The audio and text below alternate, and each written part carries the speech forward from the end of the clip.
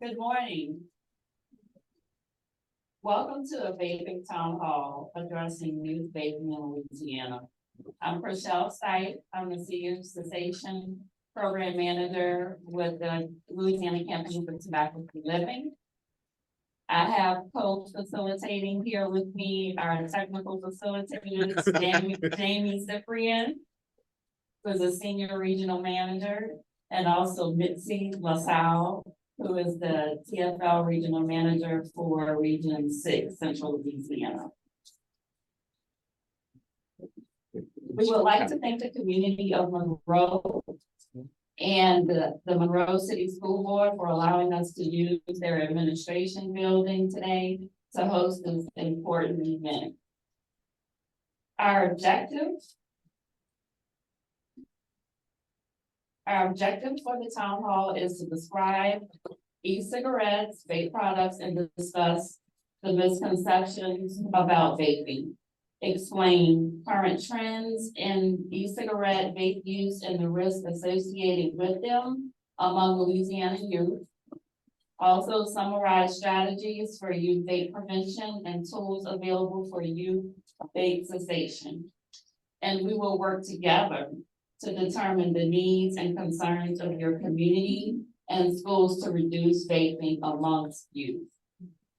Next, I will introduce is Dr. Earl Nucius Benjamin Robinson. He is our director for the Louisiana Campaign for Tobacco-Free Living, a program of the Louisiana Public Health Institute. He's also director of the Louisiana Cancer Research Center, Office of Community Engagement. Thank you guys for having us today. Welcome. Before I get into my little spiel, I want us to take a few moments to hear from the Louisiana Cancer Research Institute's director, Dr. Joseph Ramos. And so give me a moment to switch the microphone so that he can say a few words to us. Dr. Ramos, you can go ahead. Okay, hopefully you guys can hear me. Yes. I'm Dr. Joe Ramos from the director and CEO of Louisiana Cancer Research Center, as Dr. Benjamin Robinson just noted. It's really a pleasure to help introduce this meeting, this new town hall. This is going to be one of several town halls that'll be presented, and to do this in cooperation with LPHI and the Louisiana Campaign for Tobacco-Free Living is just a perfect match of interest and skills, and I think you guys are going to learn a lot today. Unfortunately, I can't be there, and I won't be able to stay for the full meeting, but this is an incredibly important topic to me. This is something I became aware of when I was in Hawaii. When e-cigarettes were just taking off, it was hitting the high schools there, and we started researching this at our cancer center. Now, e-cigarettes are not cigarettes. They still are addictive, and instead of the melange or gumbo of toxic materials you find in cigarettes, you get a whole other variety of components in these e-cigarettes that are some are carcinogens, some cause other issues like popcorn lung. So this is of major health concern. And so I'm really pleased that we've got some activity going on here, and that you guys are getting together to really dive deep in to some of the issues around e-cigarettes. And that being said, I'm going to turn it back over to Dr. Benjamin Robinson, but welcome and have a great meeting.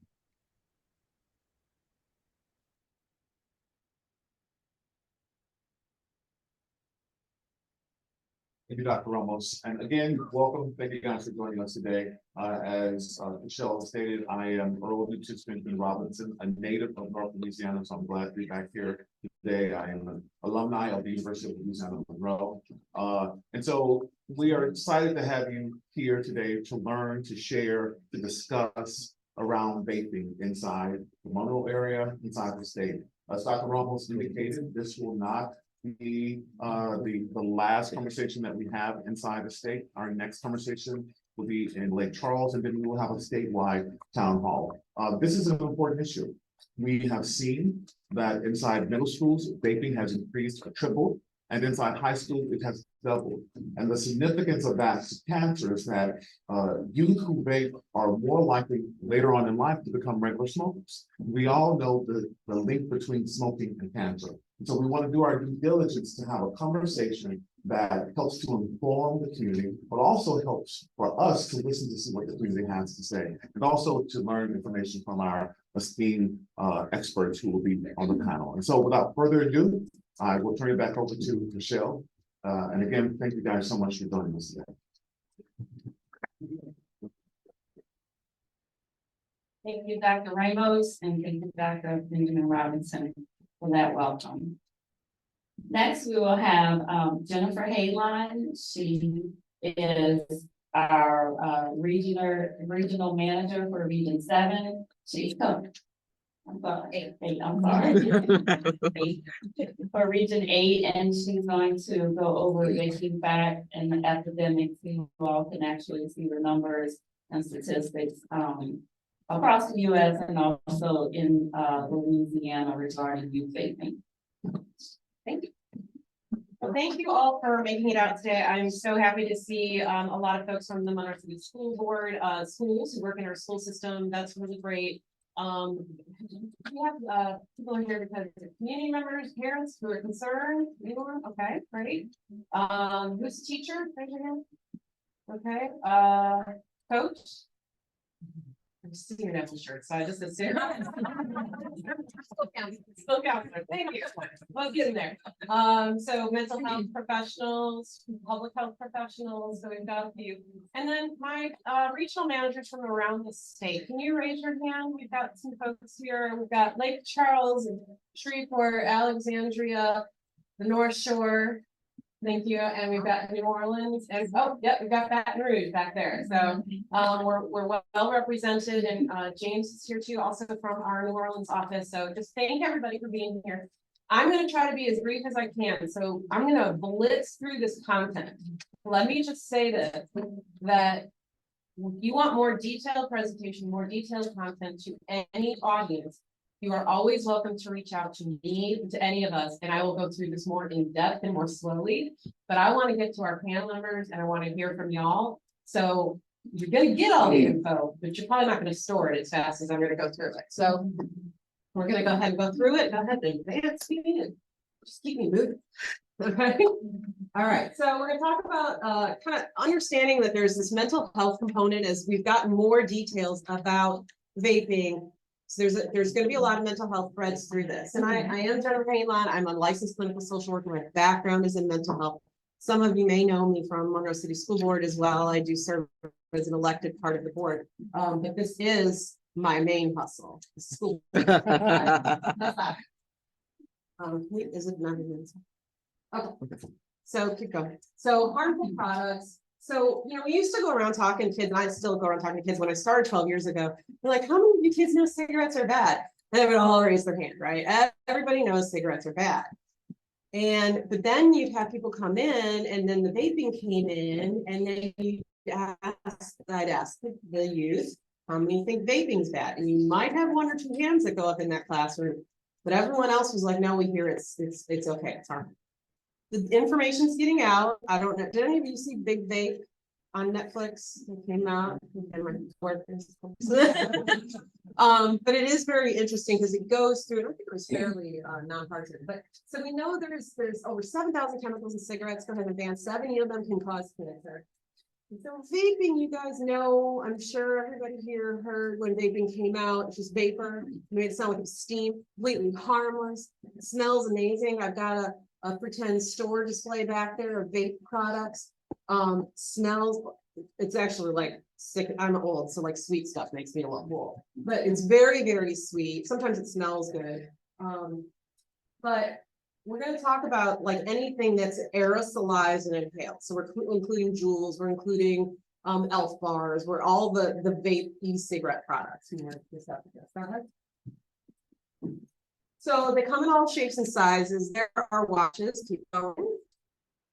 There's the Juul up top left. There's vapeware. There's tubes. There's the word. The tub was in the tubes in the hoodie straps. So some teachers have seen kids using these in the classrooms even. They inhale it more than air, and you don't even know they're vaping in class. And also backpack hoodies. Go ahead. These are the ones that are concerning us, because we got highlighter vapes now that are a functional highlighter. So they are sneaking in, we got a Sharpie, so we call these stealth vapes, they come out to help people be able to vape in places they're not supposed to, guys. And then these so one of the things, the issue is, of some more stealth vapes, lipstick vape, that's a vape. The picture below tells you that should have taken apart. Tic-tac-toe, that's actually a vape. Go to the next one.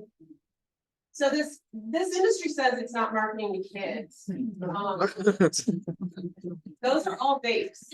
Those are all vapes. They're not toys. And so we know that they are marketing to kids, right? So yes, there are other manufacturers making these, but they're making them to appeal to children. And there's also flavors that appeal to children. Go ahead and next. So I just kind of wanted to give you the visual of what we're up against and what our principals and counselors and teachers and all that are having to deal with, on top of the million other things they're having to deal with. And then, you know, there's the flavors and packaging and all these things that are trying to get this new generation that knew cigarettes are bad. And you're watching those numbers, you think, oh, it's so great. Wasn't it? We're like, we're gonna get out of the jobs. No, no. Vapes, not that I do have that, but that's a job well done, right? But yeah, so this marketing is just disgusting. Right? And then there's things claiming that they're vitamins, they're health products, right? No, they're not. Claiming they don't have nicotine in them. And then there's ones that sell as THC vapes as well. So we're seeing those quite a bit.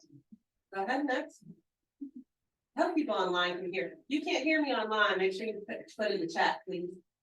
And then so advertisements again, just to show you feel back in the day, you know, it's really about glamorizing this product. And so when Juul came out, that's why they got hit so hard with lawsuits. And they had, this is big was really interesting because they hired a marketer that makes things popularized to use.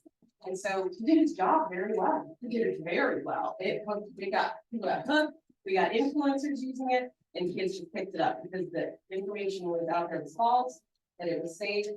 In public health, y'all know when it comes to things that hurt people, public health waits for data. You might remember that from the pandemic. By the time we got the data, people were like, no, that's not true. And then no, we got it just takes us a minute. We don't talk unless we know. Go ahead, next. So the advertisements are trying to make it popular, trying to be influential. There's vape content, vape conventions, all of these things. Go ahead, next. So as Dr. Robinson mentioned, the youth use is on the rise. We have 1 in 4 high school students are actively vaping. Not that they try it, they're consistently vaping. Go ahead, next. And then it's what is it, by the age 12 or 13, 1 in 3 have tried vaping. By the age of 12, that's 6th grade. 1 in 3 students have tried it. Okay, so it's getting early. 1 in 10 middle school currently vapes, so that's active vaping. So 1 in 3 initiate tobacco by vaping. 2 out of 3 youth do not consider vapes to be a tobacco product. Okay, so again, misinformation out. Okay. So that's the myth that there's no smoke from e-cigarettes, it's just vapor. Vapor sounds like what you get when you're boiling noodles. It's not. So they are finding, and so here's the problem is, you know, FDA doesn't test these things, right? They don't test them unless they reach to test them. So each vape that you test differently. You go to the same vape shop, buy the same flavor, and you test each, and they may have different chemical components. I talked to the ATC guy up here, alcohol tobacco control, and he said he went in a vape shop, and they're literally like, it's gonna show my age, if you remember, National Lampoon's Vacation, where he's mixing the Kool-Aid with his hand. They're doing this in the same, in the back of their shop with these chemicals. These people have cosmetology degrees, they do not have chemistry degrees, and they're mixing chemicals that people are then dating. That's when they got popcorn lung. We thought, oh, well, they're popcorn, great flavor. No, it's great flavor already popcorn, but not when you're steaming it and you're vaporizing it and inhaling it, causing the condition. So, but they have found nicotine, of course, higher levels. We're also finding benzene, other carcinogens, depending on the product. Benzene, I always tell students, I was like, it's just sort of go through this huge recall and also sun tan lotions on sunscreen. And they found benzene in them, hold off the shelf. Benzene in every single cigarette and vape out there. But they're leaving that, it's perfectly fine. So it's a different balance of what we're holding accountable and what we're not. Go ahead.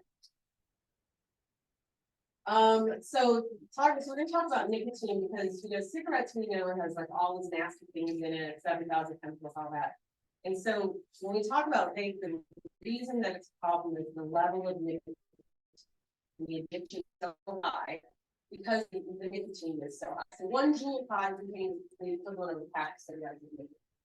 And then you have different vapes where it goes up and up and up. So Soren pods have 3 packs. So it just note there's a lot of nicotine that's going in. The difference in the nicotine and the next is that it's a different composition, and so it goes in smoother, and some people use it more because it's not as harmful on the throat. Nicotine does affect every area of the body. It also impacts. This one might be cut this off. Oh, yeah. So again, it's just it impacts, you know, we always think about the lungs, but nicotine impacts every part of the body. Okay.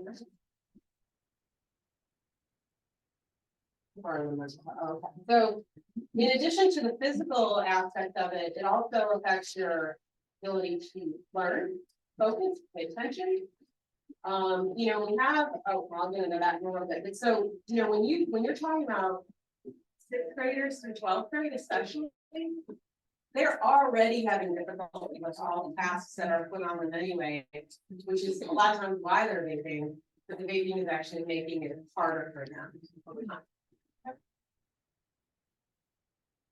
It can lead to, so what we are finding that a lot of people who start by vaping switch over to traditional cigarettes, like these studies show. And those commercial cigarettes, these are cheaper, they're sometimes easier to access, which will be even more the case now because of the FDA is starting to clamp down on some of these products, on some of the flavors in particular. But many, if you start that, will transition over to that because that nicotine addiction is so powerful. We also, so now we get into mental health stuff. Go ahead, next.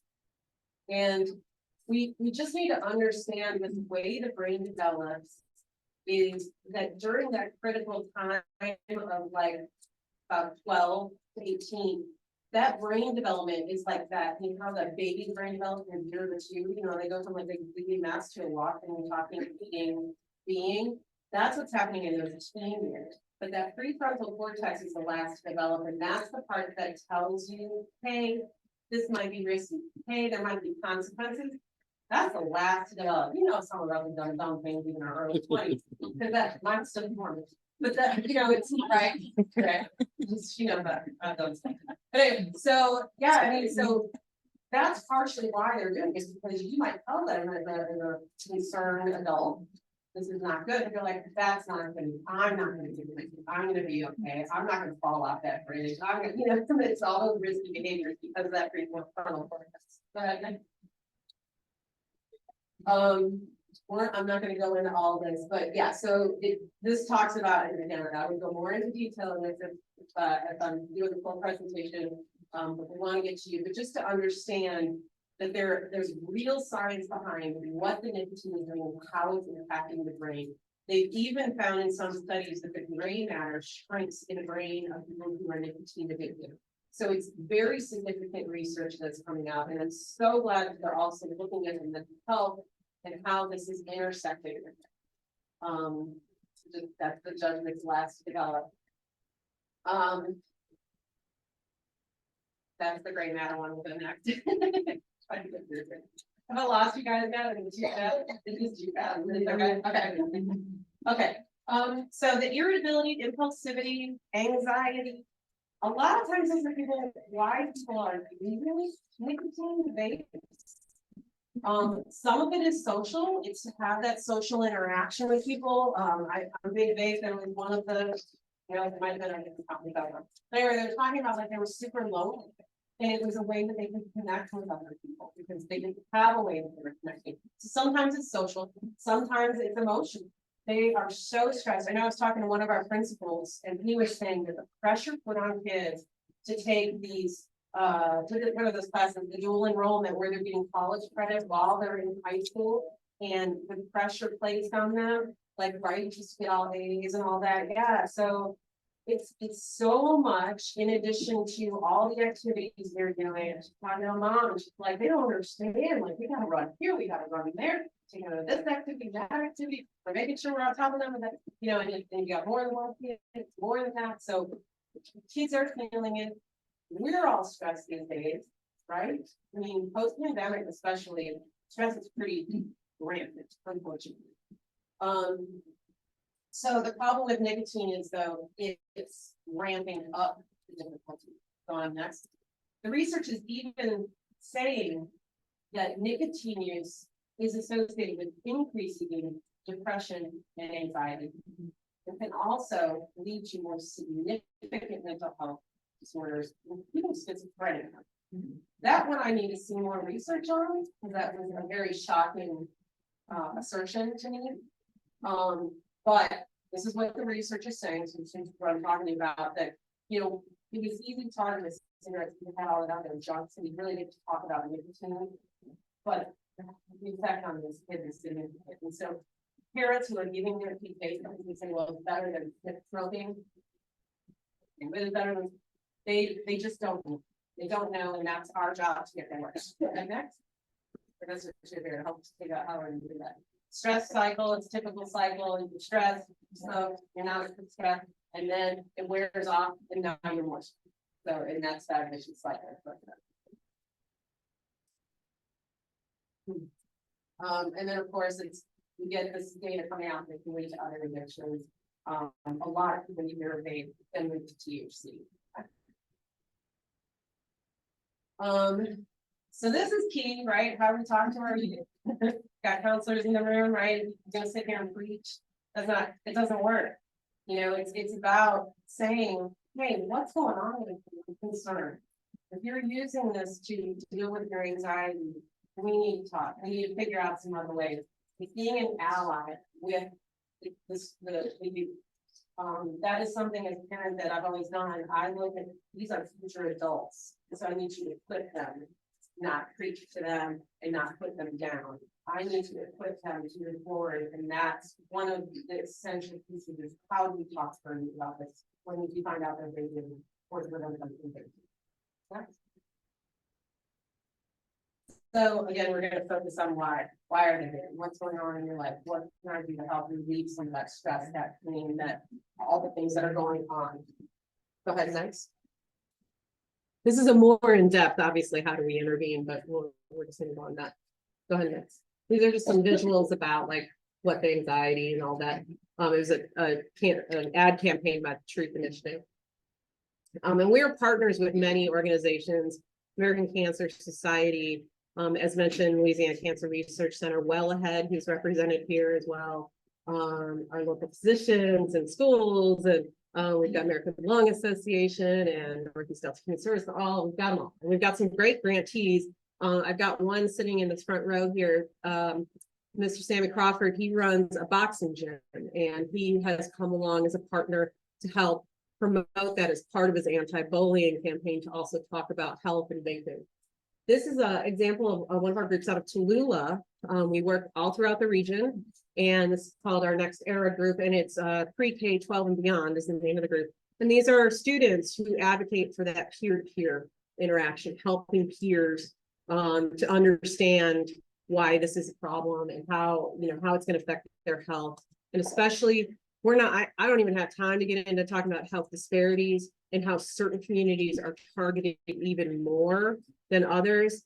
But I will mention, because it's important, that our African Americans have been so heavily targeted, particularly with menthol, which is more of a detrimental health effect on top of the bad health effects. That menthol has been off a menace and has really gone after our African American community and our LGBTQ community. And really, when you talk about communities that tend to have higher levels of stress, they tend to have higher use of nicotine, but it's not by accident. These companies have heavily marketed. When no one else would sponsor women's tennis, Virginia Slim stepped in. When no one else would sponsor civil rights movements or events, we had Cool or Newport step in and provide sponsorships.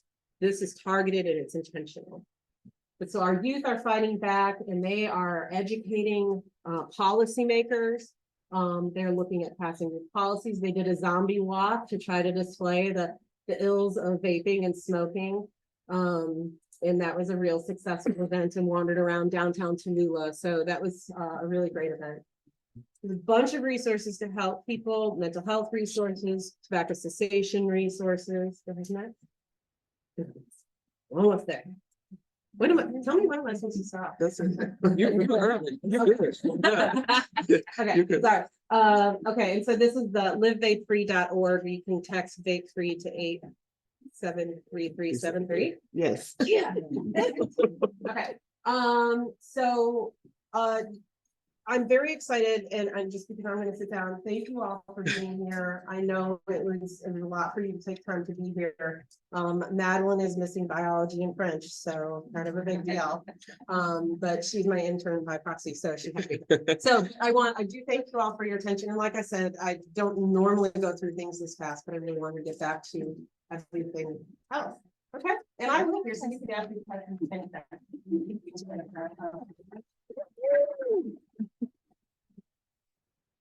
Thank you, Jennifer, for providing us with information regarding the health effects of vaping, the effects of mental health of vaping, and also providing those resources to let people have healthier ways to deal with mental health other than vaping or using substances.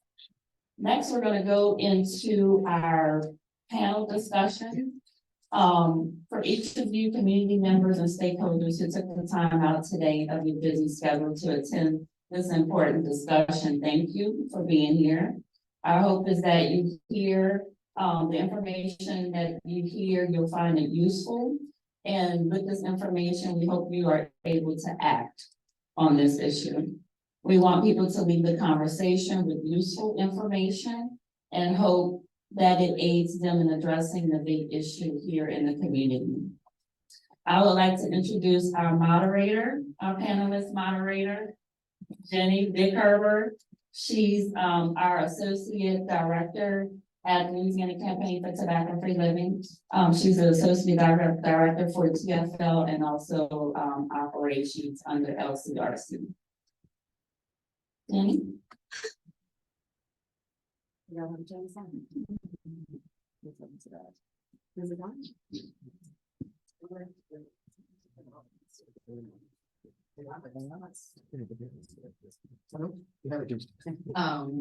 just wanted to make sure because we do have people online and I want to make sure that hear us and they can be involved. Jennifer, that was an amazing setup for our esteemed panel. And we do absolutely want to hear from this community and from other communities that we'll be reaching out to in the future. To start, we have been doing this presentation for a little bit. Vaping is new-ish, as Jennifer had mentioned, and we've been collecting comments and questions and information and stories for a little while, and so organized some questions for you. But before we get to them, I would like everyone to know who is going to speak on behalf of the community for us today, and then we'll reach out to the audience as well. So we have time for some additional questions. And so, if you could please, our panel, provide a little introduction for us, your name, your organization, your title, your role as it relates to vaping, and what you've seen in this role regarding vaping in your community. We can start with Dr. Oh, wow. Okay. Hey, everybody. I'm glad to be here. Thank you, Jennifer, for asking me to sit on this panel. I'm here, I guess, in many roles. I am the Regional Medical Director for the Office of Public Health. I guess the doctor that supervises all of the public health units in the 12 parishes of Northeast Louisiana. So from a public health standpoint, we have services and programs that focus on I guess, preventive behaviors in order to extend the lifespan and to improve the health and access to care for all of the community members in Region 8. Unfortunately, we are, maybe at the bottom of some good lists, and at the top of most bad lists. So my job is to try to improve those statistics. I, sit before you as a physician. I think, a lot of my, connecting the dots is to be able to talk to providers about, addressing the issue of vaping in our community, recognizing being that first point person, because a lot of times the doctor is the person who says, you're vaping. Connecting the dots as a parent of a 15-year-old Neville High School student who went to Neville Junior High and is amongst the crew of folks who are maybe being exposed to this. And as a mother, right, just wanting better, for the children. I practiced OBGYN before I pivoted to this role as the Region 8 Medical Director for 20 years here in Northeast Louisiana. During that time, I delivered a generation of children. My role now is to make sure those children are healthy and have the best lives and potential to live the best lives that they can. So that's my story. I'm sticking to it. Hi, my name is Madeline Emma. I'm a freshman at Neville High School. And really I'm here to give my first-hand experience with vaping in schools. As I just came from Neville Junior last year, where vaping was a big thing, and now in high school where vaping is equally as big. So I'm just here to do my best to give back to you. No.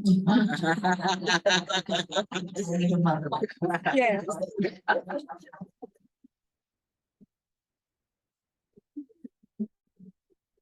Good morning, my name is Landon Sapp. I am the principal at Neville Junior High.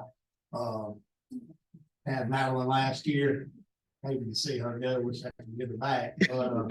Of course, we always like to send the big drop up to Coach McCarty and Neville High School, and we keep our eyes on them as long. But I'm here today because I kind of feel like we're at ground zero in schools. Of course, everything always goes start at home, of course. But I am a father of a 5th grader at Sally Uncle, so I was kind of scared when I looked at that. You better not be one of those 1 in 3. But that's where it begins, is having a conversation, and it has to start at home, and as important as it is for children to understand, themselves and things like that, it's more important for us as parents and community leaders and to help them understand and to give them an ear to listen, to talk to and give that encouragement to them on our end. We do see vaping from time to time. But as I'll say, we do try to be as present as we can. Active supervision in the schools does cut down some on it being present and taking place. That they, I'm sure, have possessed them, but at least we're able to cut it down a little bit at the school level. But this is not just a school problem. This is not just an educational problem. This is a generational problem. When I was growing up, it was Marlboro Reds. Now it's fruit. If we'd had the fruity back then, it'd probably been more of us. So it is dangerous. It's a problem, and I'm glad you maybe give a little insight to the educational side of it. Thank you. Good morning. I'm Terrell Gill, and I serve as the Youth Prevention Manager for Wellhead, Louisiana, in the Louisiana Department of Health. In my role, I am responsible for the development, implementation, and management of the Bureau's tobacco, youth, and young adult prevention strategies. We disseminate information to our current partners, new partners, groups, organizations, on a statewide and national level.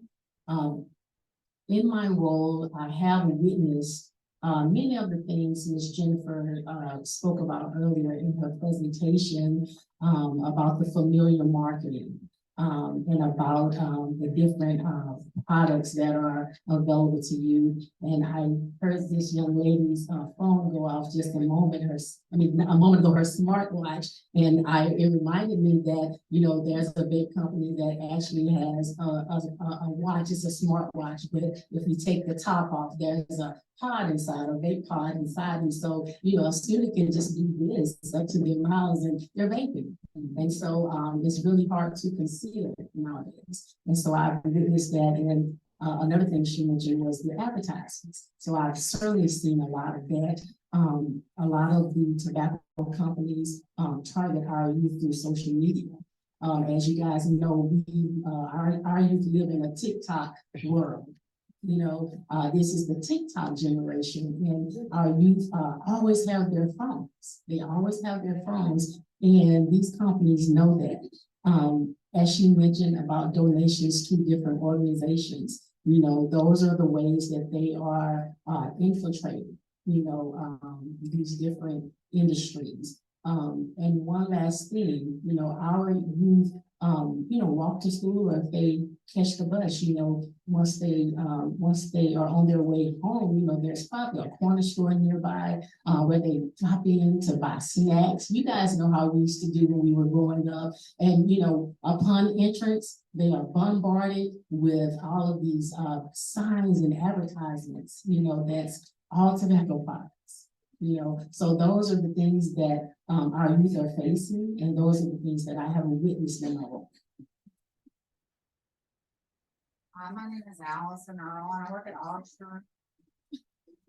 I was the child that never had a microphone, but I'll get it closer to you. I've been a respiratory therapist for about 18 years, and I've seen a lot with the vaping over the years as we're learning for research-based medicine. So we're learning a lot about, you know, the effects of vaping. I do a lot of our testing for outpatients, so we see what happens with people who vape, and we do screening now where we ask about vaping, and we're seeing a lot of people that come in that vape, and it's easier for us to help people quit smoking than it is to quit vaping, and you know, it's just a really big problem. So I'm glad that I'm here today, so hopefully get some more information and be a part of this, so we can head back to our facility. So thank you all for the opportunity. In the nick of time. Yes. Good afternoon, morning. I'm from Family Johnson, Police Department. First, let me apologize to my attorneys. I was in class and my class ran late, so I apologize. I'm just proud to be here to be a part of the panel so that I can learn more about vaping. I am the dare officer for Monroe schools, and I have not dealt with a lot of vaping, but I know that it happens in the school, and right now the schools are taking care of it themselves. But we need to be more involved as far as on the police side, not just to arrest, but to find out what we can do to help prevent our students from thinking that it's okay. And so I had some students in my class that was afraid to be in my class because they thought I was going to pat them down. And I said, well, what makes you think that? And one of my teachers said that the student said she failed. And so we had a discussion with it. And she became comfortable with me about it. So I want to have a relationship with them so they can feel comfortable coming to the police, not thinking that they're going to get arrested, but try to give them preventive measures and things to let them learn how bad this is for their bodies and their minds. Thank you, everyone. And that's a perfect transition to sort of our group of questions that we've organized from communities so far. And it is related to school policy. So this first question is sort of, we're going to ask specifically Corporal Jones as well as Principal Sapp.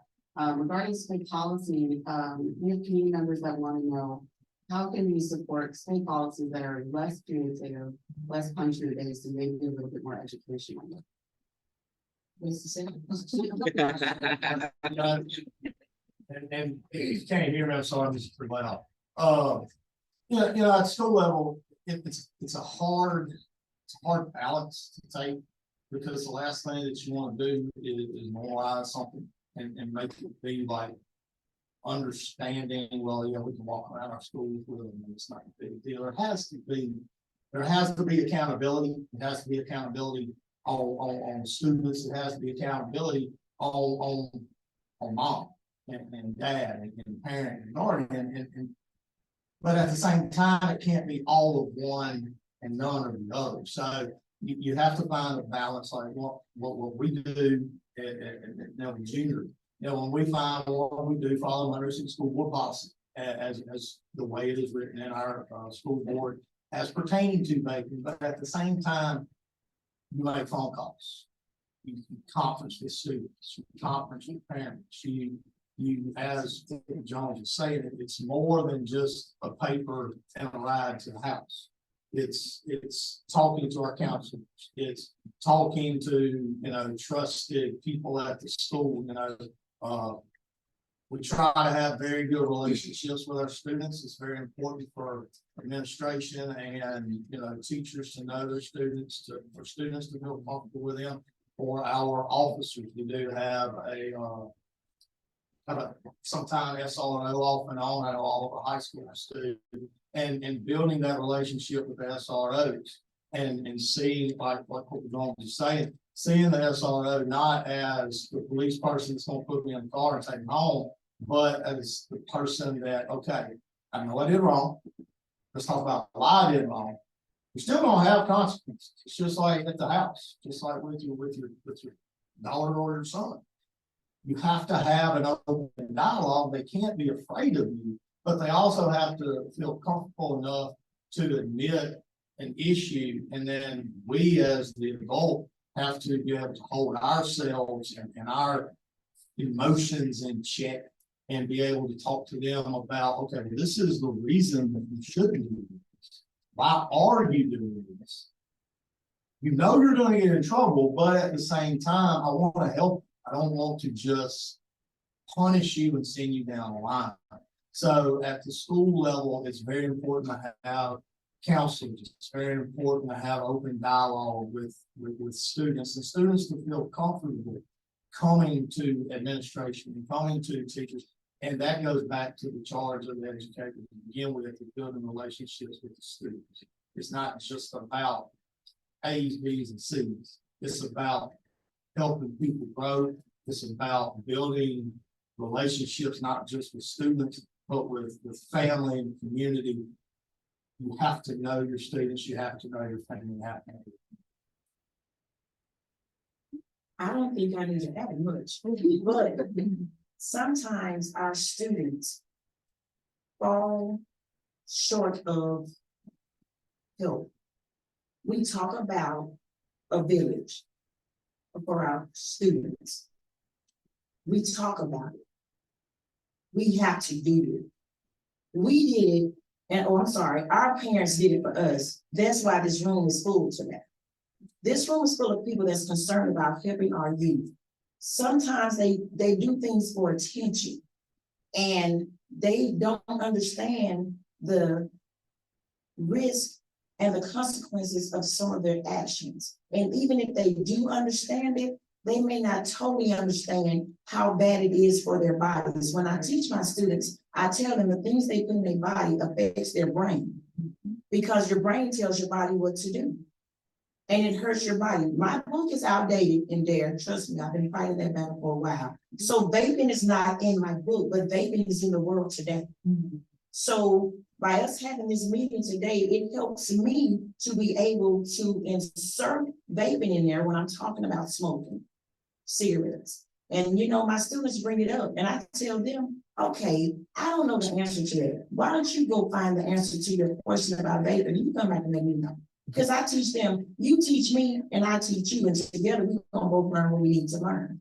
So anything that I can get that's positive for them in any school, I only do elementary, but I go to middle schools, I go to high schools, I'm everywhere.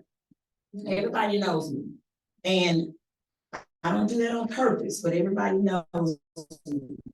So I want us to be able to help our students learn that vaping is just bad for their mind and their bodies as anything that they put into their lives. I think that we know why everyone knows you. And so our next question, thank you panelists for responding to that so clearly. Our next question is to our resident intern under duress. I had that previous question planned, that was from someone else. But we want to know from you as a local youth in this community, what you've seen and heard locally or amongst peers in this community about vaping. So I think starting off is with vaping, with most things, I think there's a stereotype for it. I think there's a big group that would be like those who get low income, there's just certain types of people. And with vaping, there is no stereotype. There are people I know I never would have guessed vape, and they did.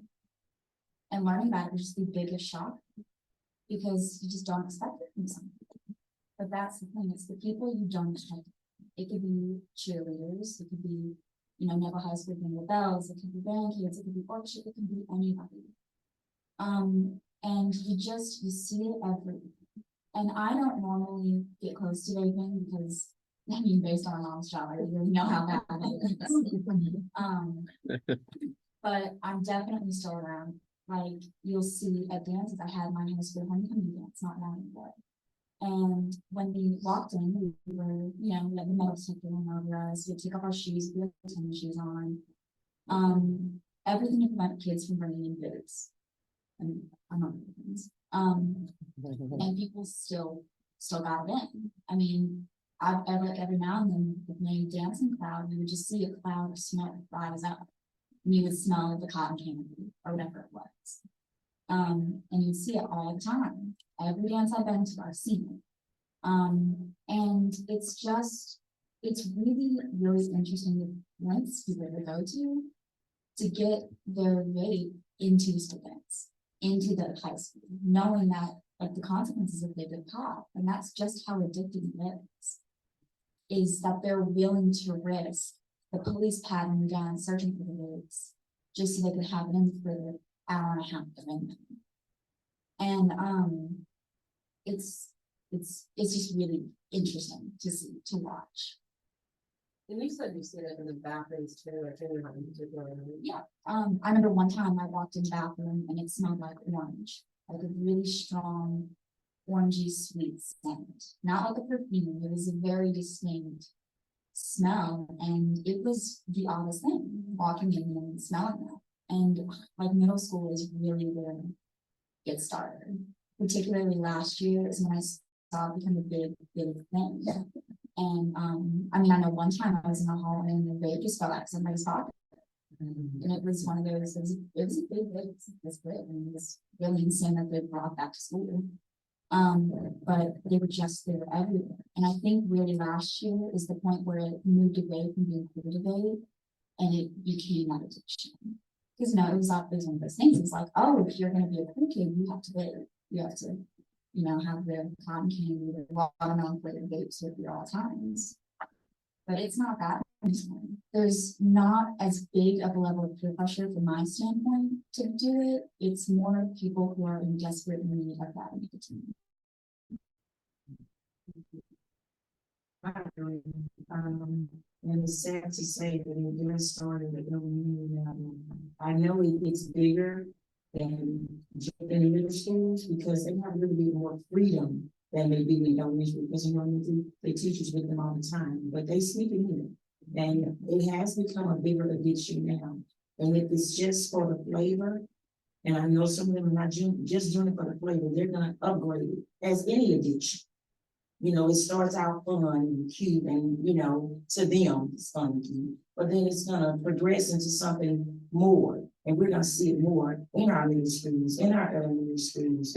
And by the time they get to high school, we don't wanna say they're lost, but that's gonna be the bigger addiction there. Because they're basically, some people don't, they're in high school, it doesn't matter, it does matter. Because pretty soon they're gonna be out of high school. They're gonna be people that's gonna be where we are today. So, we have to think about that part as well. Absolutely. Thank you. And thank you in particular, Madeline, for being so brave to come up here and do this. I know there are probably 1,000 questions in this room that everyone has. I also, as a mother of a 15-year-old, just want to talk to you for a good hour and a half possibly. And so I do hope this conversation, particularly with you on the panel, kind of inspires a lot more conversation, both in this setting and potentially, one-on-one folks.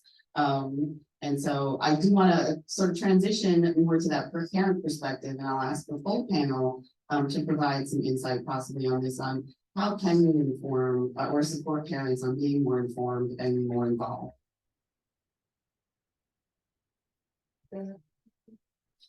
So I want to point out that I believe that is very, very important for educators to forecast and create strategies about how to do that.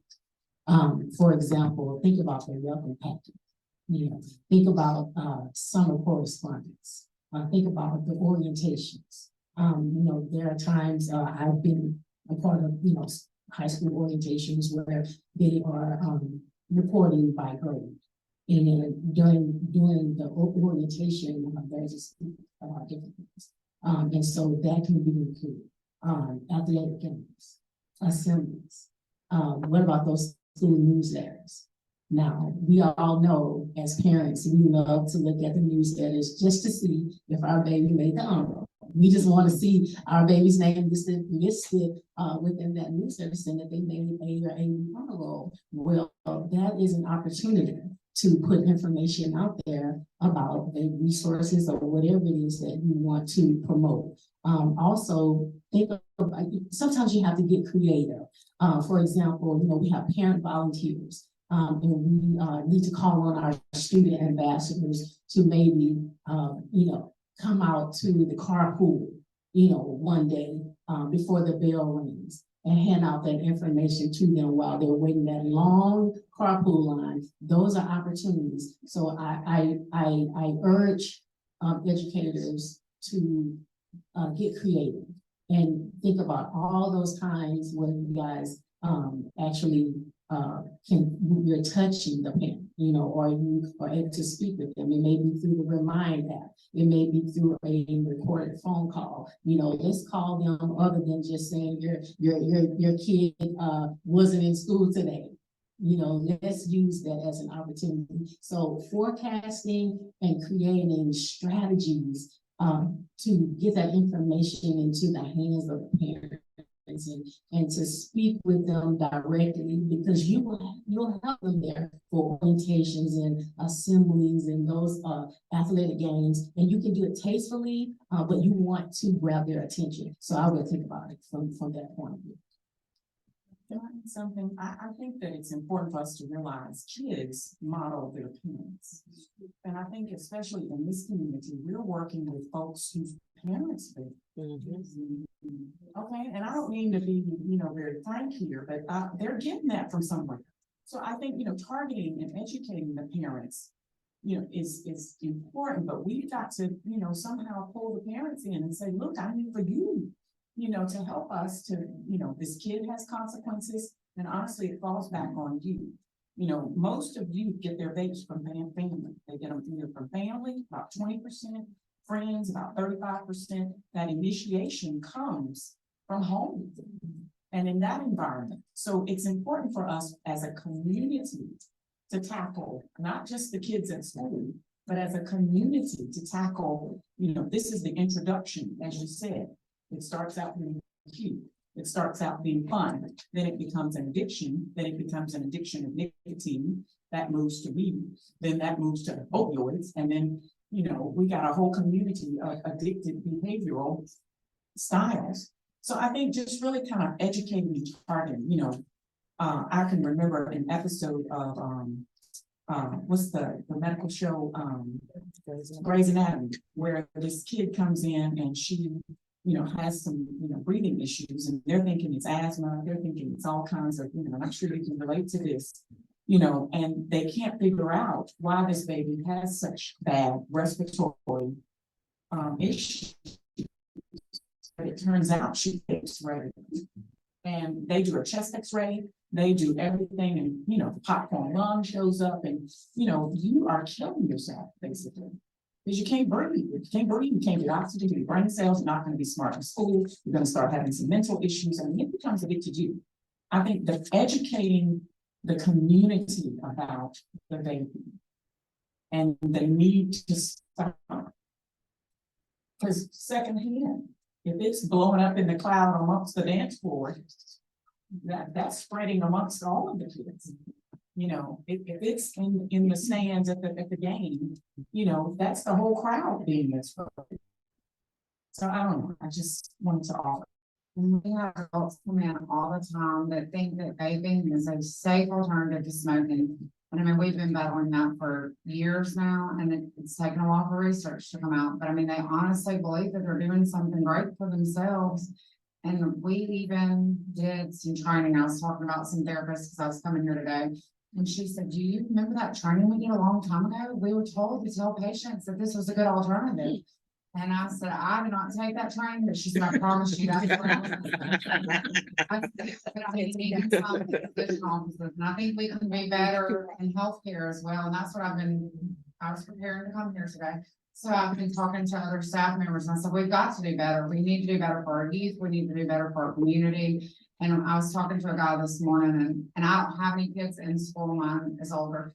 And he said, my son comes home and he's in high school, and he doesn't go to Monroe City School, but goes to another school. And he says he can hardly get in the bathroom because there's so much of this smoke from the vape. And I said, are you kidding me? He said, I'm not kidding you. And I said, well, this is a big issue that I didn't even realize, my little bubble. And he said, yeah, and he says it's just everywhere at school.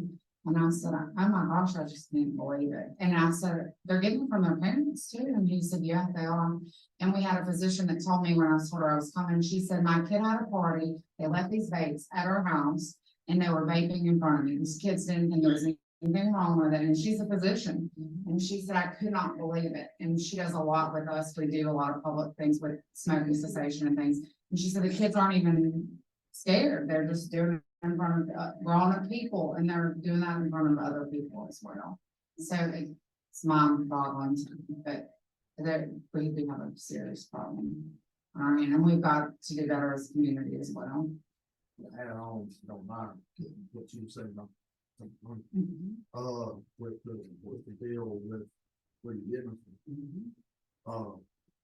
We had a couple of instances where we confiscate, confiscate child, confiscate, but of course, our protocol is we'll call mom. We'll call grandma or TT or whoever from the kitchen. Grandpa, you ask, you tell them the situation. I said, well, that's mine. Oh, no, hold on, just like, can I come get it? Ma'am, no, you cannot. Sir, no, you cannot. This is not found on campus, but that justifies, that builds on to what you just said. It's become normalized, like you said. But when you have I don't know how they get 90% of it, but when you have people calling the school, wanting the vape back, because mama wants a vape, that gives you a little bit of insight into where we are. Right. Jenny, can I ask Madeline, as a young person,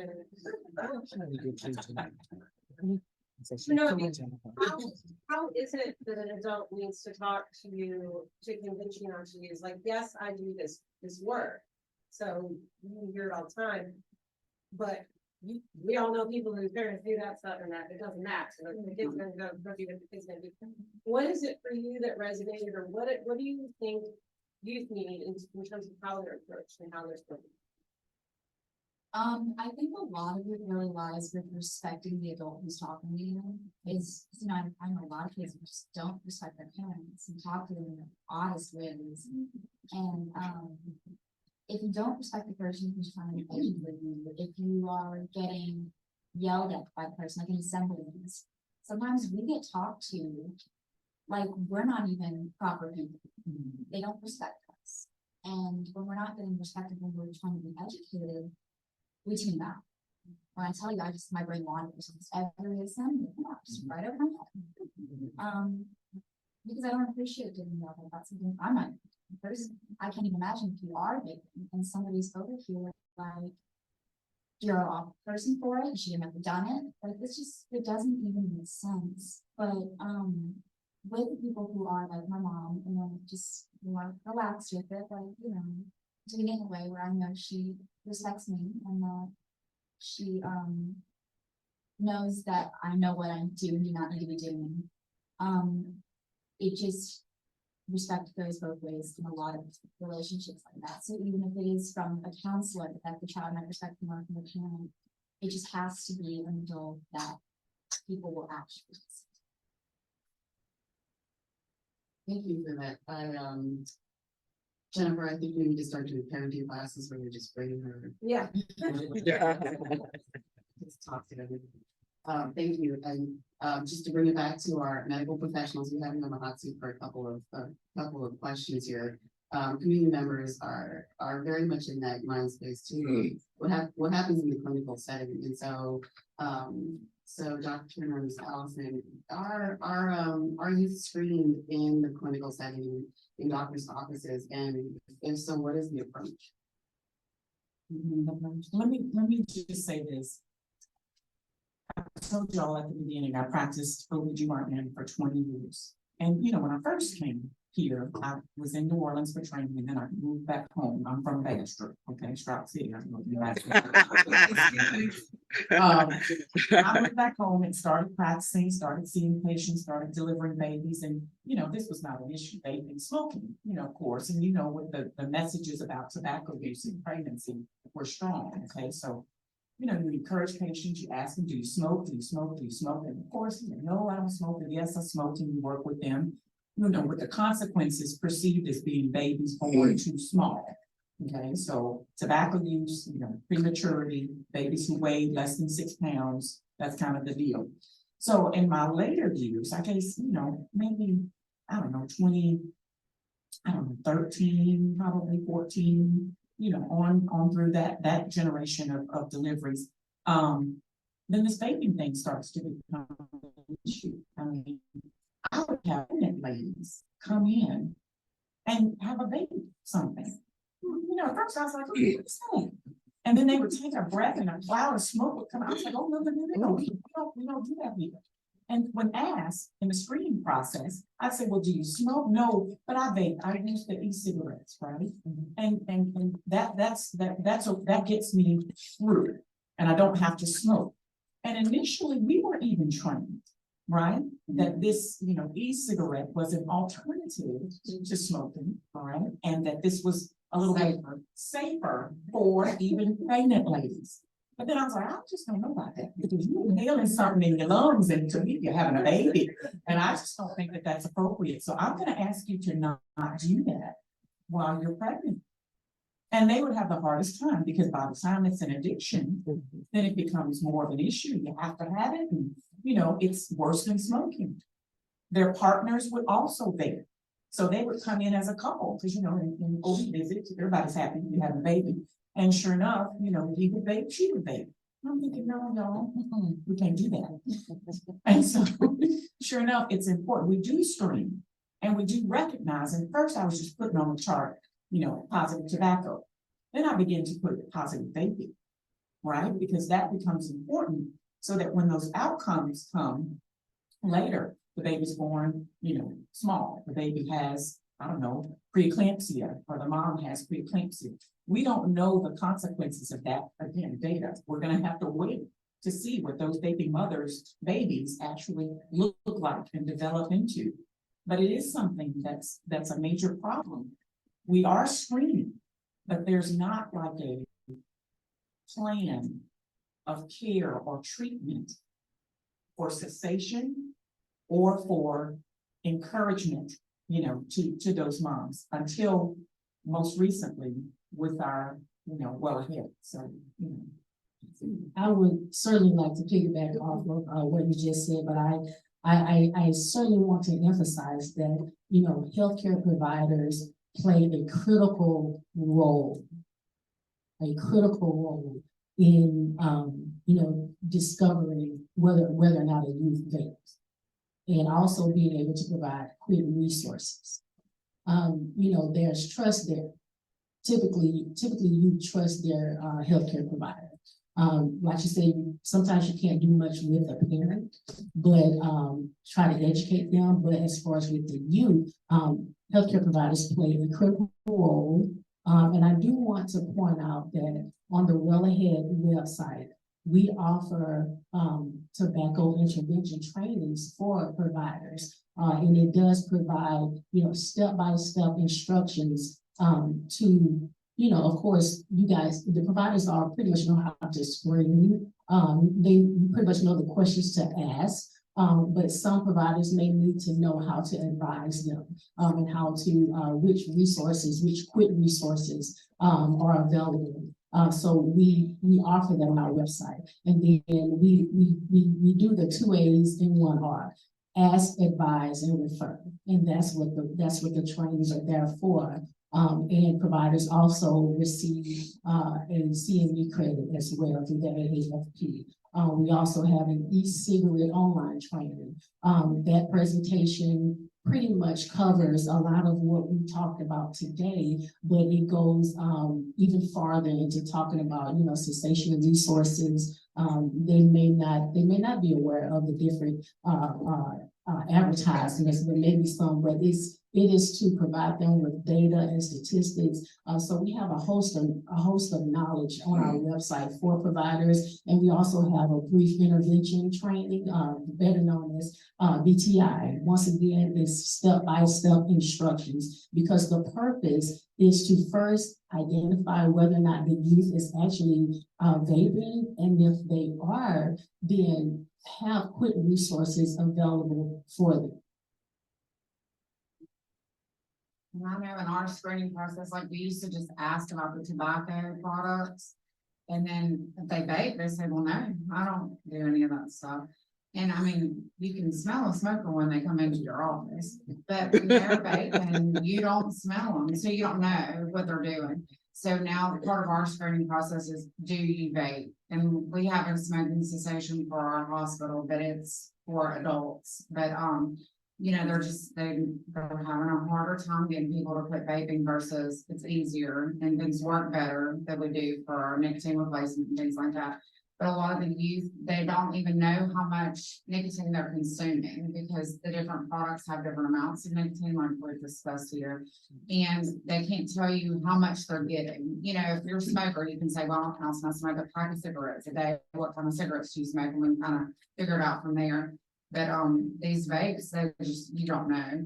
People don't know how many times they're taking a drag from it a day, you know, and it's a whole different ballgame. And as healthcare providers, we're just seeing a lot of different things. And I mean, a lot of us, like you know, at first, what's going on here? I think there's going to be something happening here, but there's just not at first was any research to show it.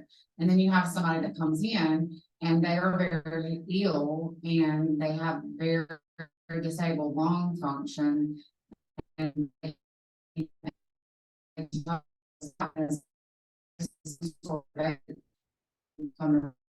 lung injury. I mean, I don't get smokers come in my office and they just took a cigarette yesterday and now they can't breathe and they're totally disabled and they may not make it. So I mean, smoking is long term, they're gonna have damage, but these vape injuries are happening immediately. And that's what people don't understand, youth and adults. And that's what's scary about it, you know, so from my perspective. No, it's a perfect transition kind of into the follow-up question to that is, in clinics, what do you see of you were presenting with vape-related issues? What does that look like?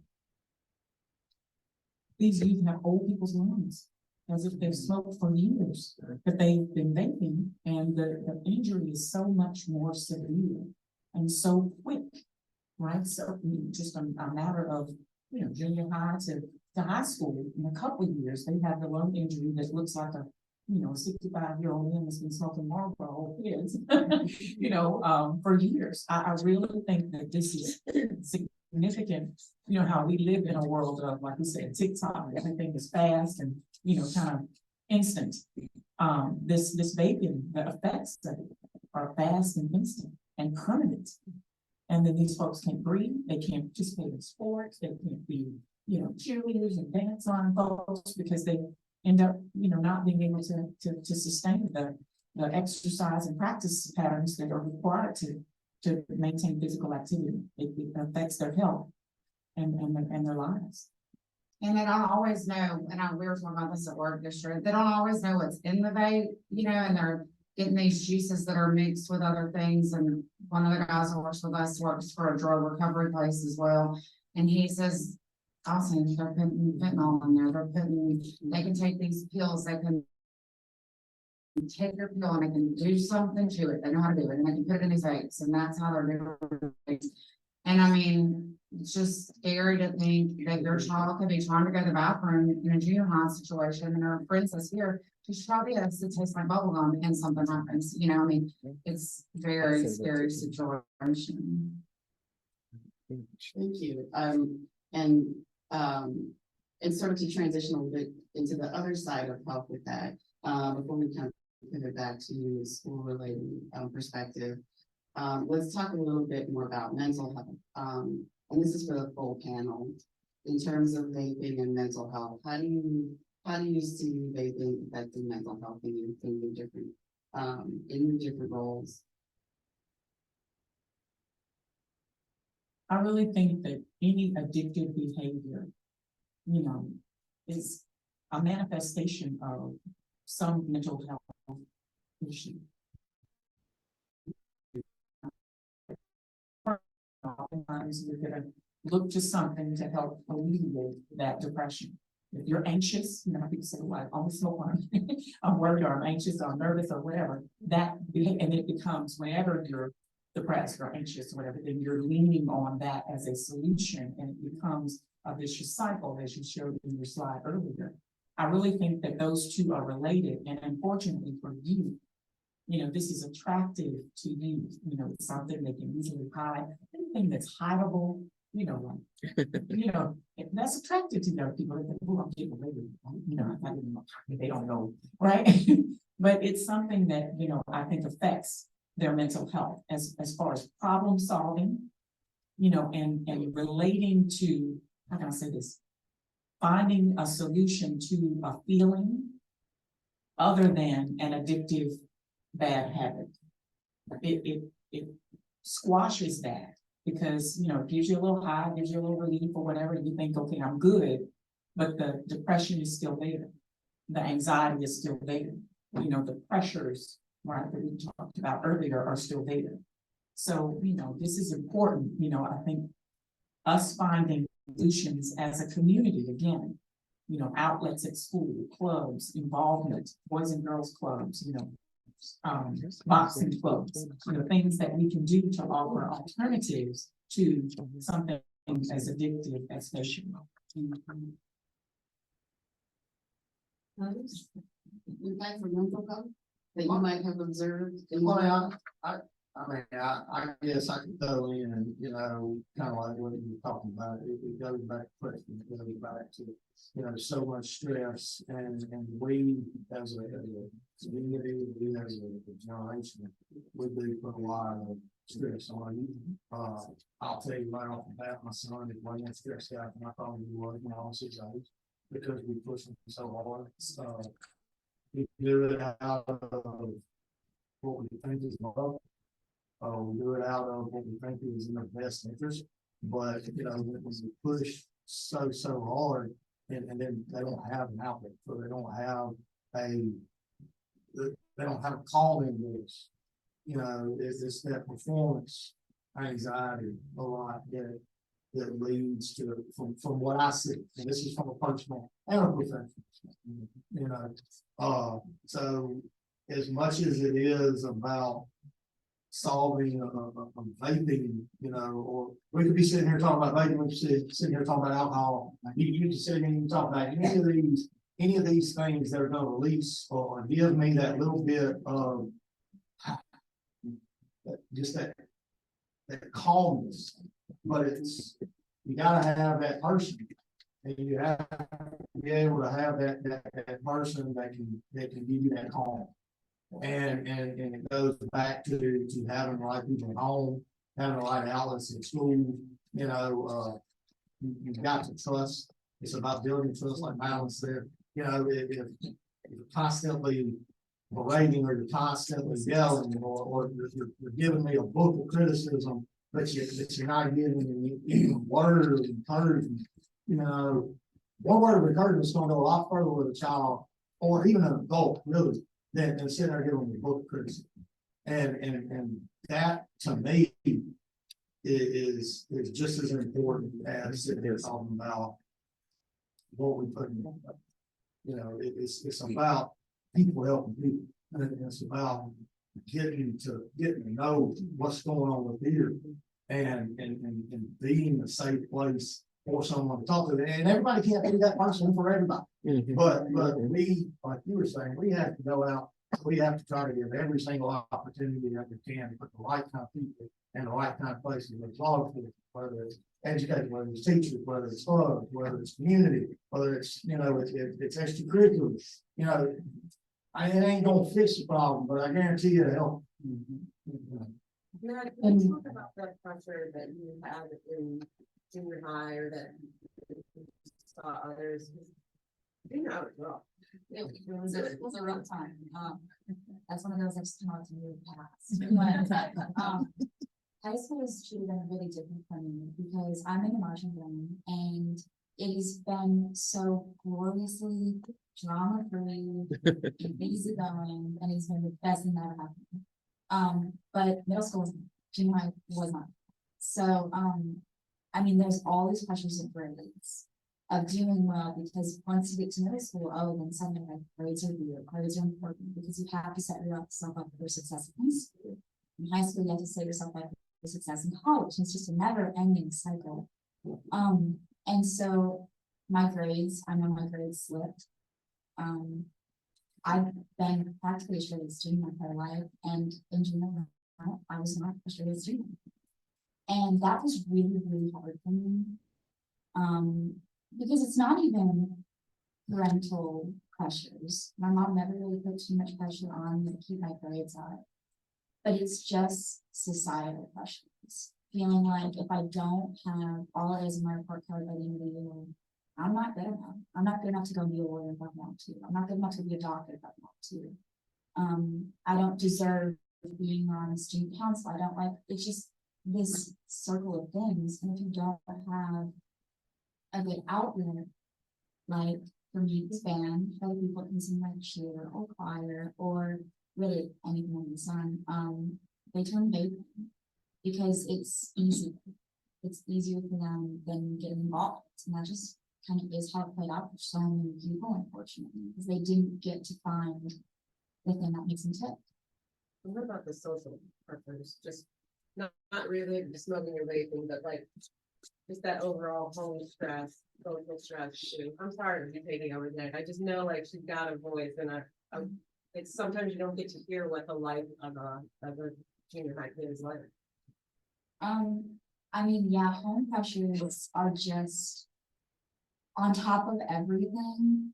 It is so awful having to balance keeping up your persona in school while also balancing whatever may be happening at home, while also balancing keeping your grades good, while also balancing not getting addicted to something and keeping yourself out of dangerous situations. Like there is so much going on that is so incredibly difficult to keep away from doing something you're not supposed to for a lot of people.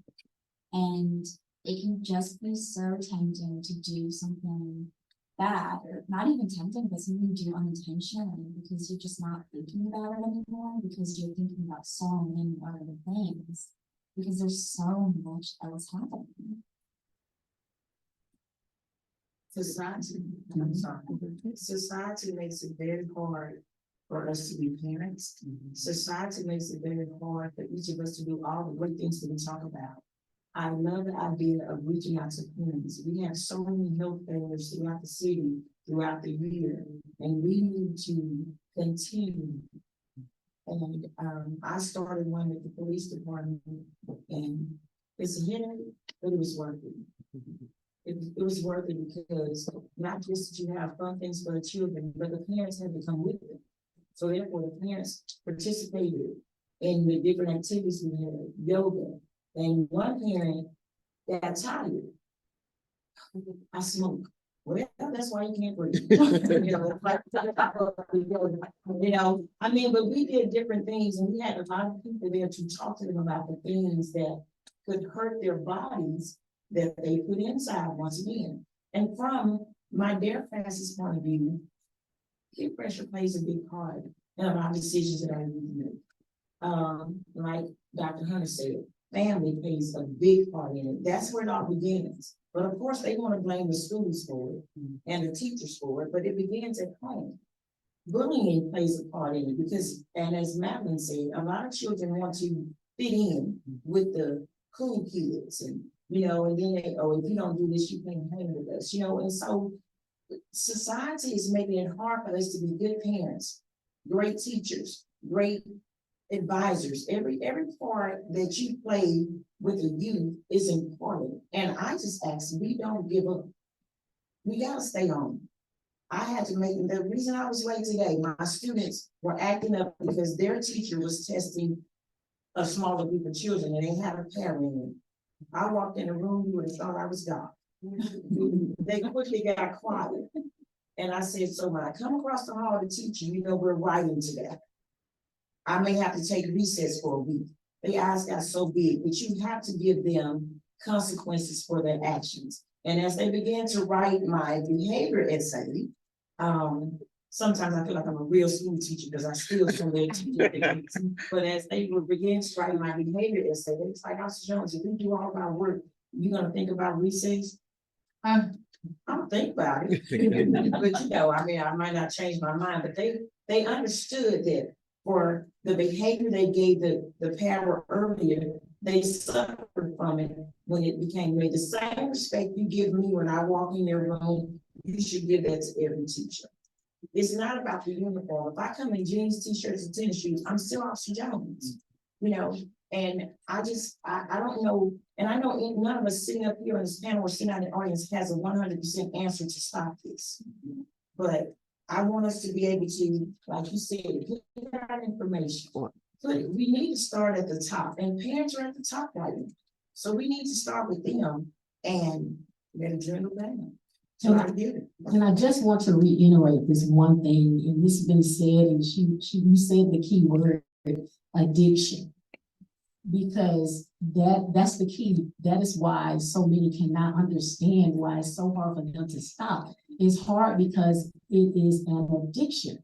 The nicotine level inside of that electronic nicotine device, it has like 3 times the amount of nicotine that it would smoking a cigarette. And so because, as you guys have said, it is absorbed into the body so quickly, and it hits the brain, and it does all those things, it is highly addictive. And you guys can remember when we were growing up, it was real popular to know about people who were maybe strung out on drugs, and they were addicted. And so that's what we're dealing with right now. And that's why it's so hard. That's why it's such a challenge right now. And they have these devices that are so easy to conceal. And so think about it, when you're addicted to something, you're trying to have it as much as you possibly can. And to go back to the effects of vaping, the schizophrenia, memory loss, all of that, anxiety, depression, that's just another layer, because now you're hiding. Now you're adding to that, because a lot of youth are addicted. So I don't want us to pass that one point up, the addiction piece. And I have to add something with the addiction. Some of our students, or some of our youth, it's not some students, some of our youth want to stop. they don't know how to take the steps to subscribe. Because they did it to fit in, or did it to just be popular, or for whatever reason they chose to start doing anything that they become addicted to. And sometimes suicide becomes their only alternative. And we've seen that a lot in our youth, that thinking, I don't know what to do, I can't fix it, so maybe if I just take my life, it'll be over. But that causes other problems. In my class, one way for me to explain how addiction works, I use chips. I tell them I'm gonna come in with 2 big trash bags full of chips, all different kinds. On the right bag, in the right bag, I'll have all different kinds and they're all plain. In the left bag, I'm gonna have all different kinds and they're all hot. Now, which bag is gonna be empty first?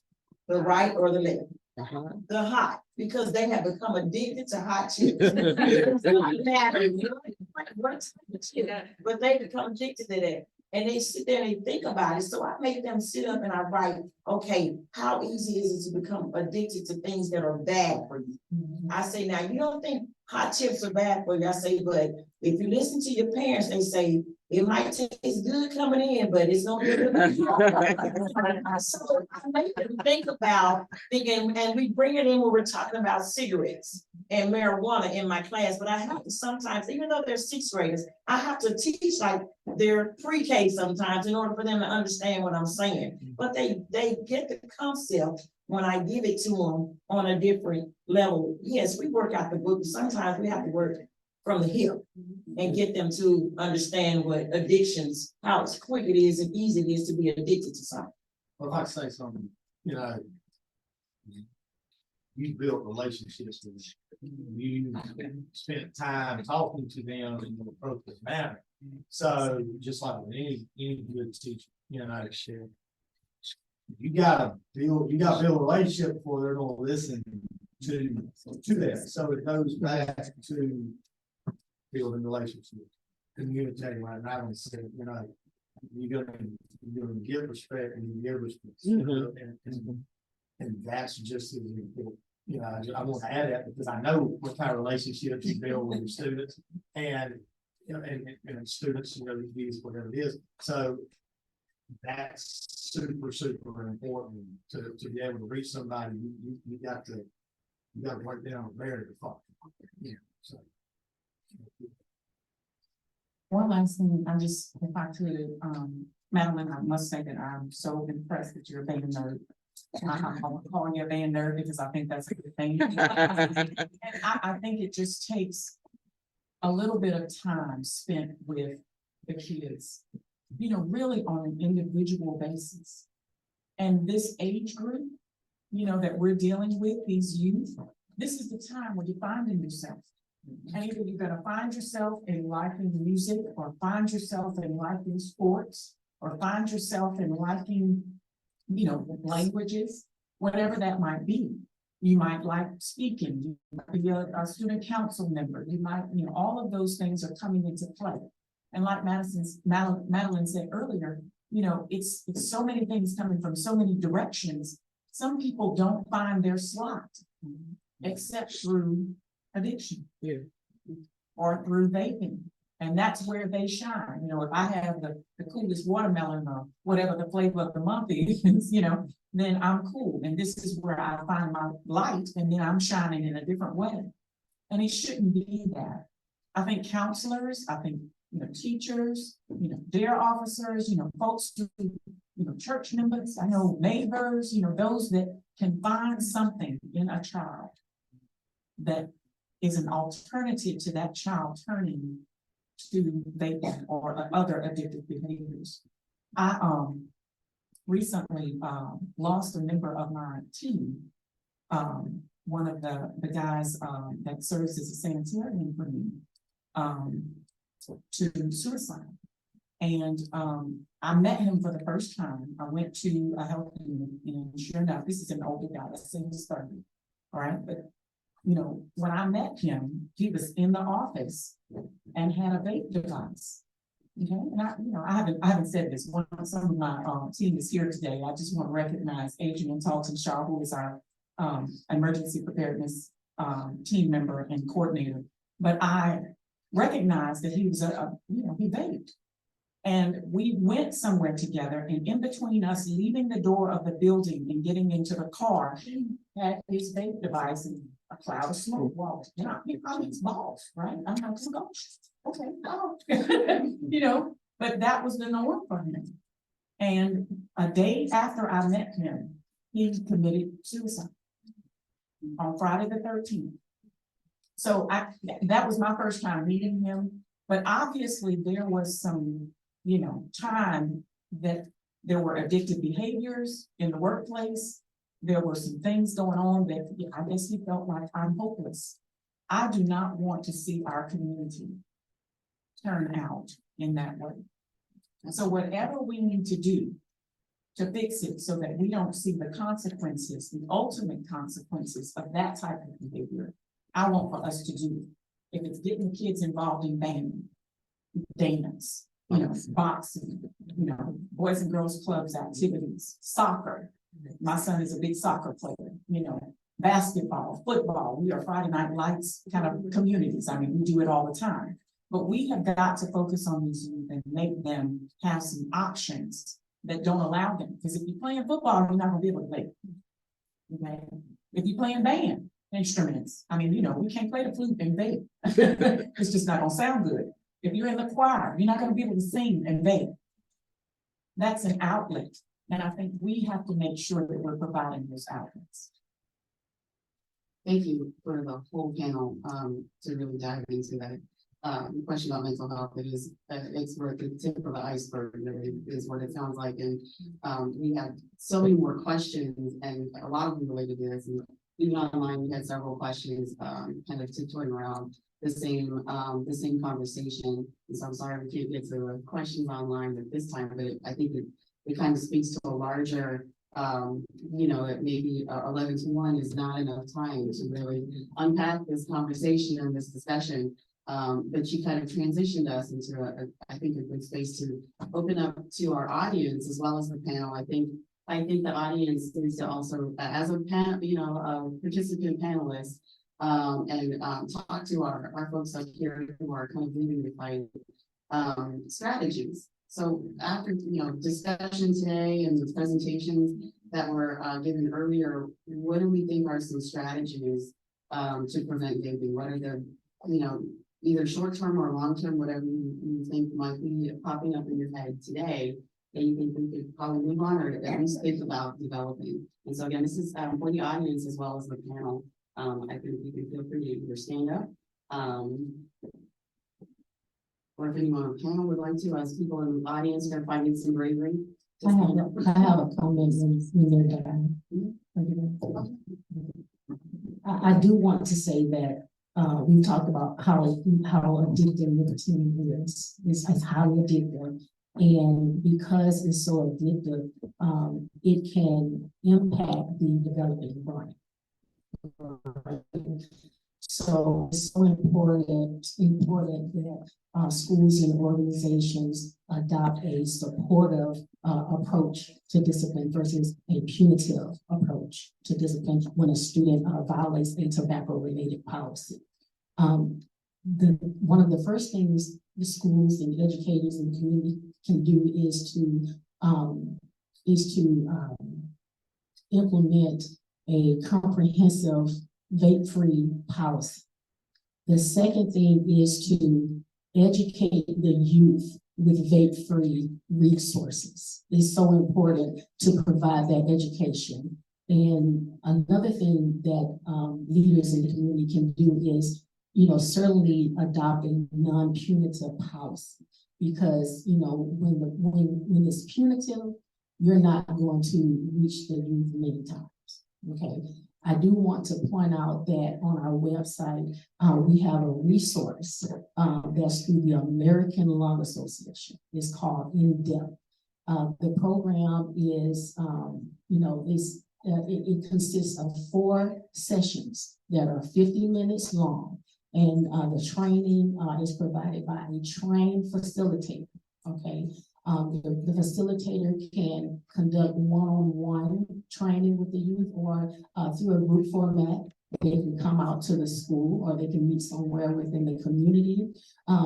During those 4 sessions, they are learning about the implications of vaping. They're learning about what's in that nicotine, what's in that vape.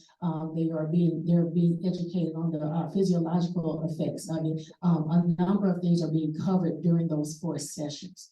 If the youth decides they want to quit during that time, that's great. If they volunteer to quit, that is absolutely great. And that particular in-depth representative will refer them to a not on tobacco cessation program. So that is a great resource, and it is through the American Lung Association. And I do want to highlight before we wrap up that on the Surgeon General's website, they have a tip sheet for parents and adults with strategies on how to talk with you and how to send text messages that may actually, grab their attention. So there are many resources out there, but if you go to the Well Ahead website, we have an alternative to suspension. We have a resource for that. We also have our school vape-free toolkit. Within that toolkit, it is for K through 12. The toolkit has videos, activities, lesson plans, projects, great resources for physical education teachers. There are also resources within that toolkit, such as announcement templates. Students can role play over the intercom, and what better time than to do it when you have the student body's attention, So it's a wonderful toolkit, and it's for K through 12. I urge you guys to take a look at it because there are great resources out there, and that in-depth tobacco to intervention training is absolutely free. It's no cost to you. Great strategy, sir. A lot of welcome information. Is anyone in the audience having?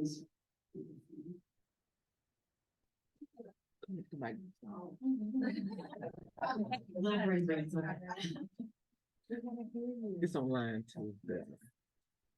Well, good afternoon. I had a quick question for everyone. We talked about accountability of students and of schools and of parents. What about the convenience stores, et cetera, that sell the products to underage individuals? So there is legislation out right now where they are trying to ban those flavors that are addicting our youth. I will say for sure that House Bill 635 introduced legislation that requires online retailers to implement age verification programs that are approved by the ATC. Basically, like if you go to one of those vaping websites to purchase, let's just say you want to purchase, a smartwatch.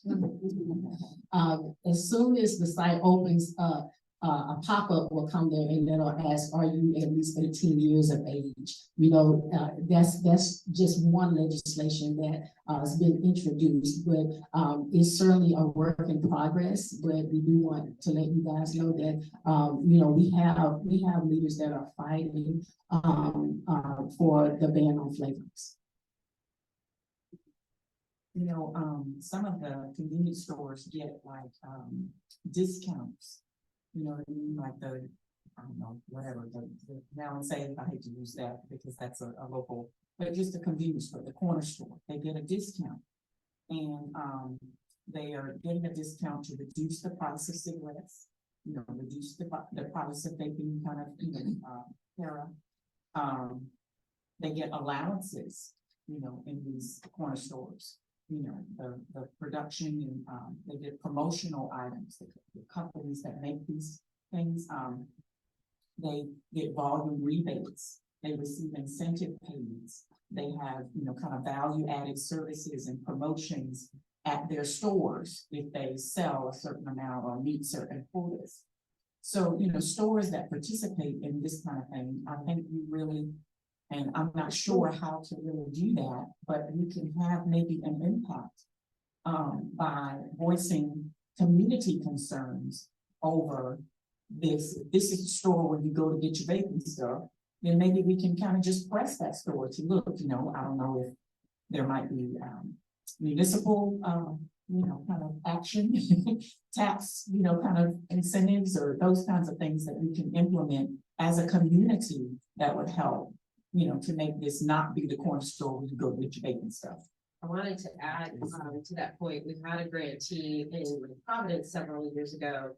And they went to the police jury and they had an ordinance passed that required that any school or any store within a mile of a school could not advertise any tobacco or vaping products outdoors of the store, and that they could not place it within a certain distance from candy. So there are things like that that can be done, and that is something that Louisiana Campaign for Tobacco-Free Living has worked on over the years, is getting those local ordinances in addition to getting smoke out of workplaces. It's getting vapes out of hands of kids. But to Joyce's point, yes, we need to be doing better by not selling to kids under 21. And I go on those sites when I was looking for all those pictures of stealth vapes where you're over 18 and you're over 21. I mean, like, there's not. Yeah. Just saying. Yeah. Yeah, there's none of it.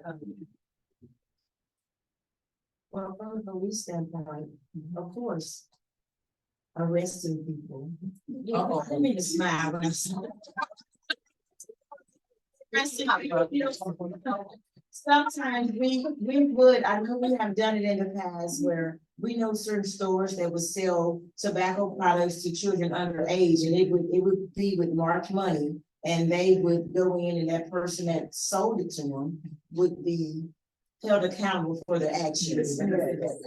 So, I mean, that's just one form, but that would have to be implemented as well to target certain stores, because just like anything, when the police get involved, gossip spreads. So we have to make this just like writing a student up on referral, saying, okay, if you do this, you're gonna get in trouble. An example, sometimes you have to make an example out of people to understand how serious it's becoming, and it is for us to try to help and save our youth. So, that part might be hard for us. We should always wrap up. I really do want to thank the panel and on all the questions that you were able to respond to us with such amount of detail and understanding, and thank you to the community for helping us organize these questions. I know there are several more, so we'll wrap up for now, but hopefully not forever. I think is the way to put that. Switch out and we'll take it back. Well, thank you. Let's give a hand to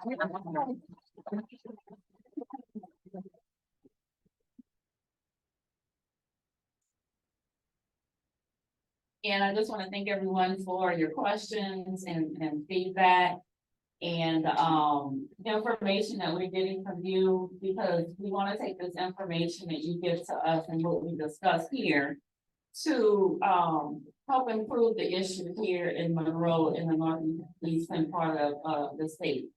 So thank you for that. Next, we're going to go to what we're going to do next, our call to action.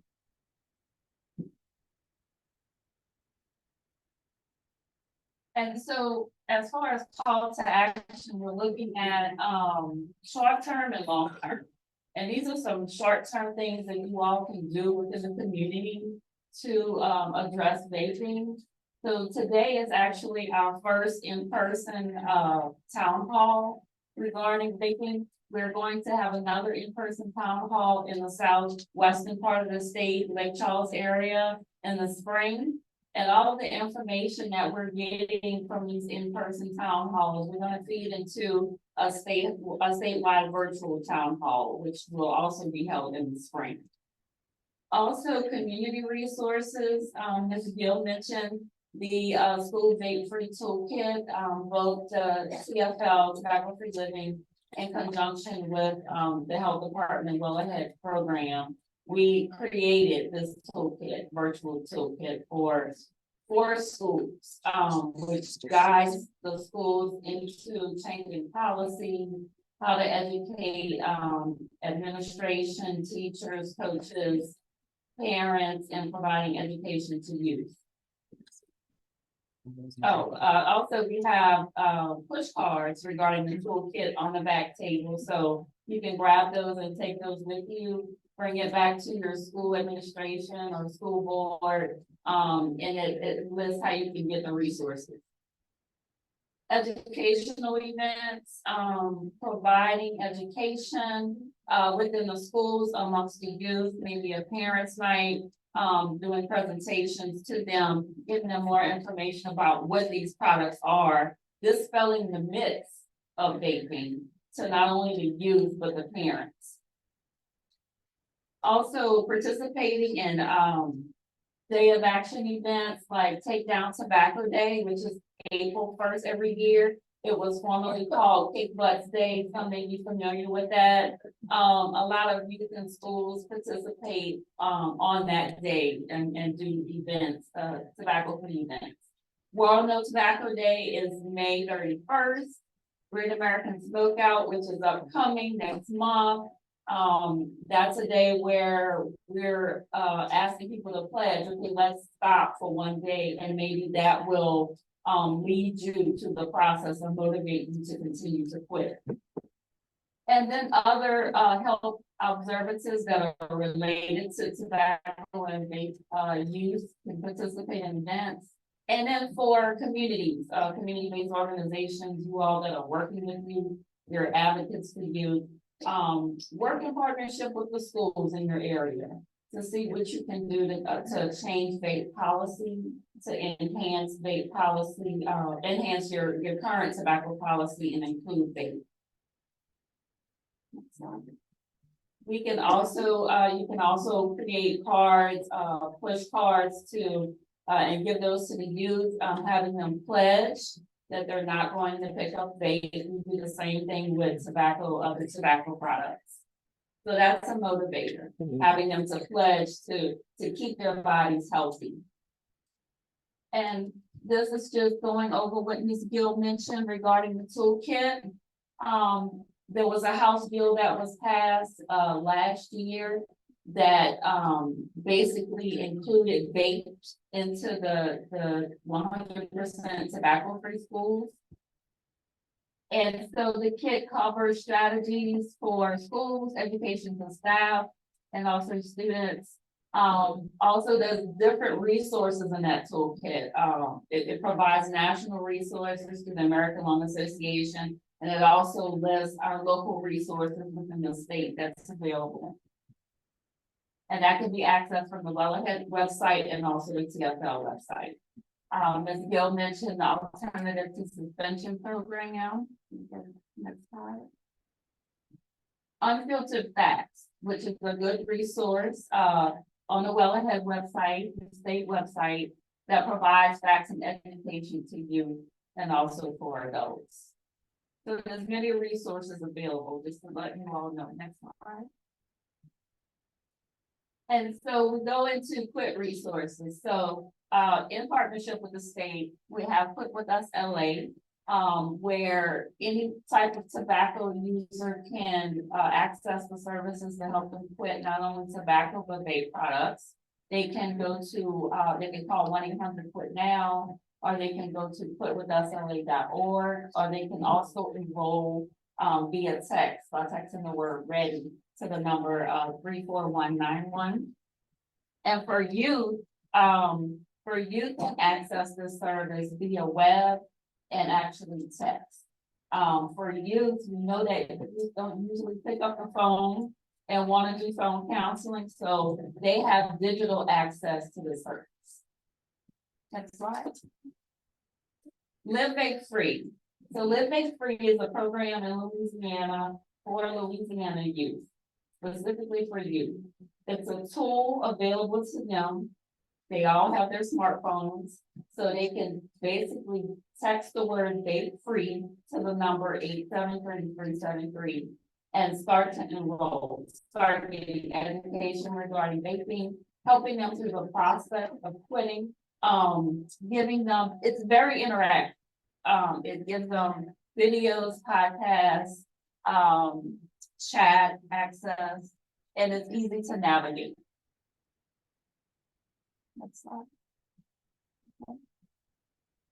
flip cards, quizzes, self-assessments, actually assessing their vape use, why they vape.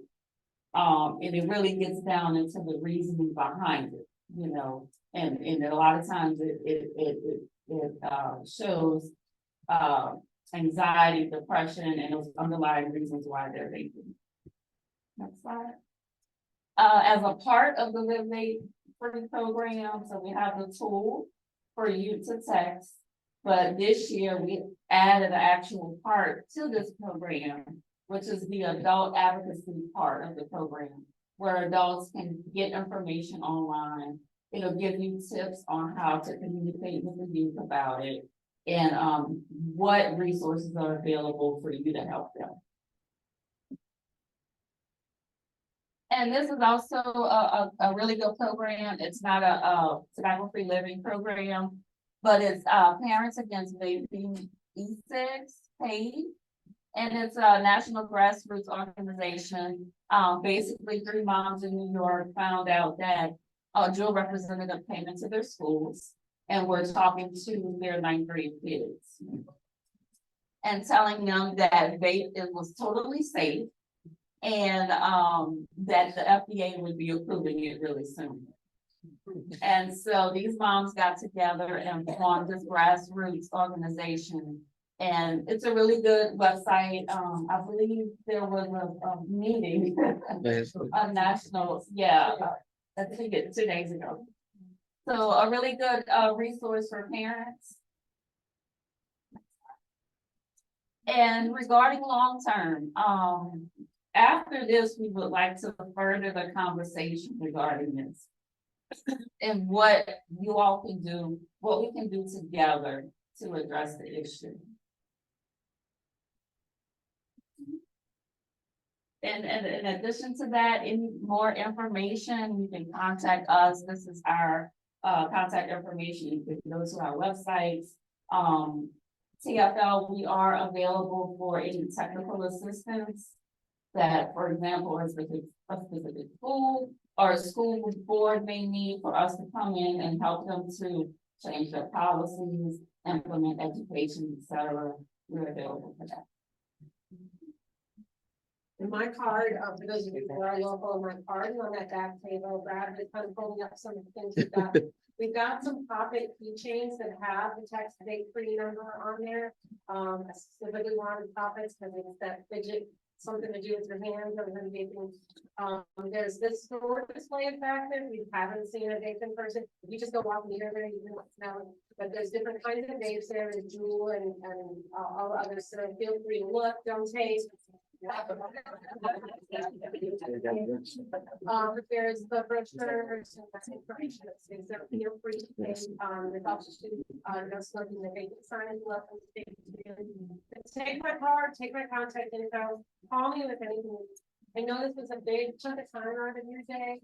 And I hate for you to take 2 minutes longer, but if you would please fill out our surveys, it's really important. Most of that is my job, but no, but we want to know how we can, what we can do better for our next one as well. But thank you so much. And if you have questions, I'm so sorry we ran out of time, but please, I'm here. Let me know. Thank you all. And again, please, complete the survey. You can actually scan the QR code that we have on the slide to complete the survey. Once you complete the survey, then we will provide, the slides.